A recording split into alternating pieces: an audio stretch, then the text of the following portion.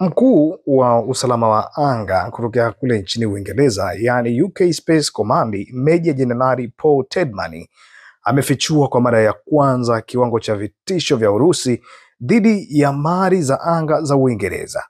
Akizungumza na vyombo vya habari, alisema kwamba satellite za Urusi zimekuwa zikifuatilia na kufuatia satellite za kijeshi za Uingereza kwa muda mrefu sana.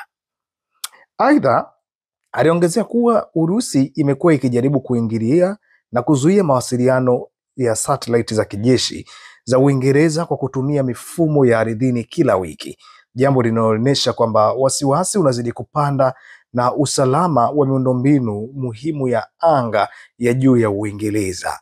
Kauli hii inakuja muda mfupi tu baada ya waziri wa ulinzi wa Ujerumani ndugu Boris Pistorius kusema mwezi uliopita kwamba Urusi pia imekuwa ikifuatilia satellite zinazotumika na jeshi la Ujerumani. Wachambuzi wanasema hali hii inaashiria kuongezeka kwa vita vya anga vya juu kati ya mataifa makubwa, ambapo teknolojia ya satellite imekuwa nyenzo muhimu ya kijeshi, kijasusi na hata kiusalama. Nadhani Urusi anajaribu kuonesha umma ya kwamba yeye ni bora kwenye kila sehemu, na anajaribu kuonesha hata yale mataifa makubwa ambayo siku zote imekuwa kikinzana nayo, ikiwemo Umoja wa Ulaya, ya kwamba nina uwezo wa kuingia kwenye anga lenu na kufanya kila ambacho ninakitaka.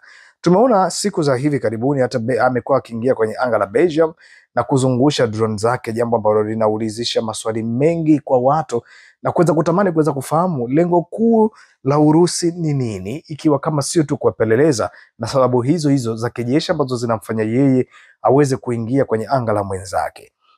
Hili ambalo limeripotiwa na Uingereza linaonyesha wazi kwamba Mrusi hana mpaka, hajali kitu chochote wala vitisho wala vizuizi vyovyote vile vya Umoja wa Mataifa. Yeye kwake yeye anasimama yeye kama yeye, na anatamani kufanya kila ambacho anakiona sahihi pale ambapo itakuwa inahitajika.